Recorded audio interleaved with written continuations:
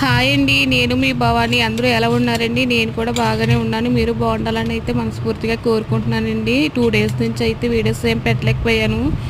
దేనివల్ల అంటే ఇంట్లో కొంచెం చికాగా ఉన్నాయండి. అంటే చిన్న చిన్న గొడవలు ఉంటాయి కదా ఫ్యామిలీ అన్న తర్వాత, దానివల్ల ఇంకా వీడియోస్ కూడా ఏం తీయలేకపోయాను. ఇంకా మా పిల్లల్ని అయితే స్కూల్కి పంపేశానండి.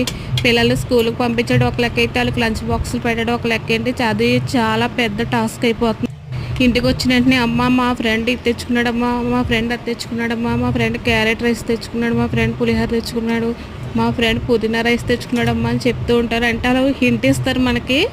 ఏంటంటే ఈరోజు లంచ్ బాక్స్లోకి ఈరోజు వాళ్ళ ఫ్రెండ్ అది తెచ్చుకున్నాడు నిన్న, కాబట్టి ఈరోజు వాళ్ళు లంచ్ బాక్స్లోకి చేసి పెట్టాలని మనం అర్థం చేసుకోవాలి.